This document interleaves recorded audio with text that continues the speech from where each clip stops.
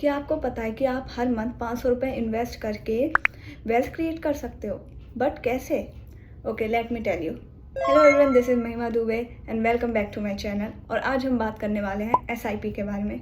SIP होता क्या है? Systematic investment plan. जैसे कि आपको नाम से ही थोड़ा बहुत आइडिया लग गया होगा कि वो इन्वेस्टमेंट प्लान जो सिस्टमैटिक बेसिस पे होता है उसे ही सिस्टमैटिक इन्वेस्टमेंट प्लान बोलते हैं।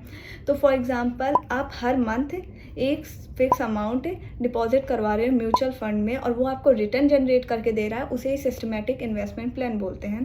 सपोज मैंने इस मंथ अपने एसआईपी में 1000 रुपीज़ डाले और यही प्रोसेस मैंने 12 मंथ तक कंटिन्यू करा, तो मैं टोटल इस साल 12,000 रुपये अपने एसआईपी में डाल दिए हैं और उस पर 10% का मुझे फॉर एग्जांपल रिटर्न मिल रहा है।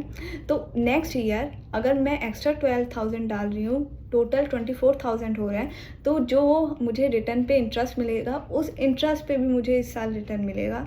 तो उसे कंपाउंडिंग कहते हैं, जो मैं पहले एक्सप्लेन कर चुकी हूँ कि कंपाउंडिंग पे जो है इंटरेस्ट पे तो रिटर्न मिलता ही है, बट हमारे रिटर्न पे भी रिटर्न मिलता है।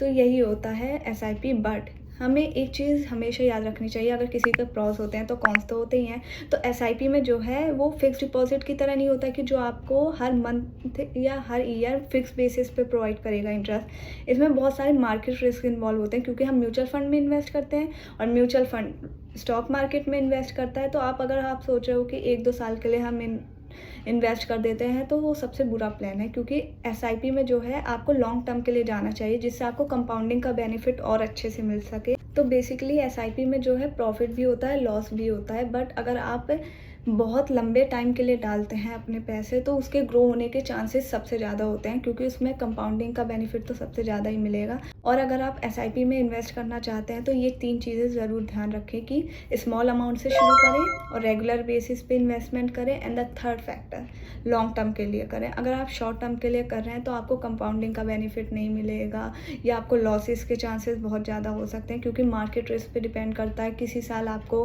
प्रॉफिट हो सकता है, किसी साल आपको लॉस हो सकते हैं, तो वो एवरेज नहीं मेंटेन हो पाएगा जो बनना चाहिए, जिससे आपको प्रॉफिट मिल सके।